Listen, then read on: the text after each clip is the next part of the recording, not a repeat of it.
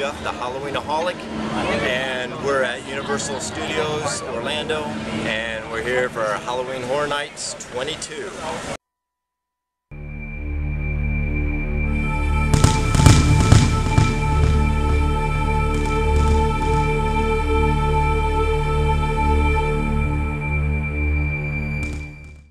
We got in with our annual pass early at 5 o'clock instead of 6:30, so we are going to see some of the houses before anyone else, including Alice Cooper's Nightmare, House of Horrors, and Penn and Teller's Newkd. The houses are too dark to get any good video, so I apologize for that. Secondly, since it's opening weekend, I'm sure Universal will tweak their houses and street experience, so it might not be the same in later weeks. The first house was Alice Cooper, Welcome to My Nightmare. The facade looked pretty cool, and I'm a big fan of Alice Cooper. Unfortunately, this house just seemed disjointed and poorly put together. There were a few good pop-out scares, but nothing really outstanding or unique. Overall, I give it 1 skull out of 5. Universal's House of Horrors was next. It paid tribute to the classic Universal monsters, which was cool, but didn't have enough classic monsters or scares in it. The house was all black and white with lots of strobes simulating lightning. It was a unique concept, so I'll give them credit for that. So I give this haunted house 2 out of 5 skulls.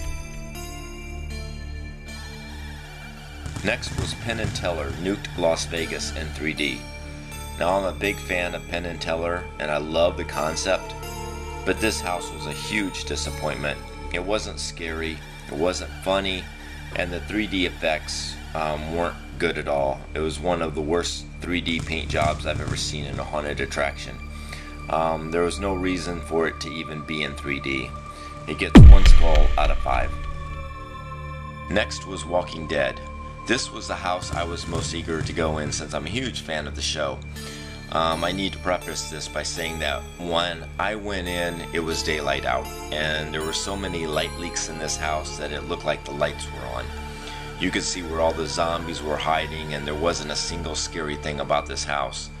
So if you do go, make sure that you go after it's really dark. The house does recreate a lot of the scenes from the show, but they're so close together that you really don't get the feeling like you're in the show. And the zombies are all wearing cheap rubber masks, which is disappointing.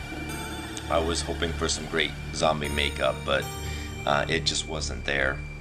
I give this house 2 skulls out of 5, but may think better of it next weekend when I go through it when it's really dark. The next house was Gothic, and it was a nice surprise. Some very cool scenes, good atmosphere, and some nice scares. I give this house 4 skulls out of 5. It's definitely worth seeing. The next house is Silent Hill. I wasn't a fan of the movie, but the house isn't too bad. It has some very cool creatures and nice atmosphere. The scares and the timing of the actors were a bit off though, but that's something that can be easily tweaked.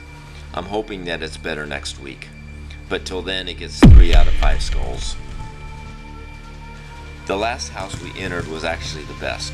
I hadn't heard anything about Dead End, but it had the best set dressing and the best actors. The scares were well done, and it just seemed the best thought out house of this year's event. I give it 4.5 skulls out of 5. And as for the street experience, this year Universal promised to do away with the scare zones. So I was hoping for creatures all over the park. Instead, they seem to be grouped in certain areas, and the other areas of the park where there was just nothing going on.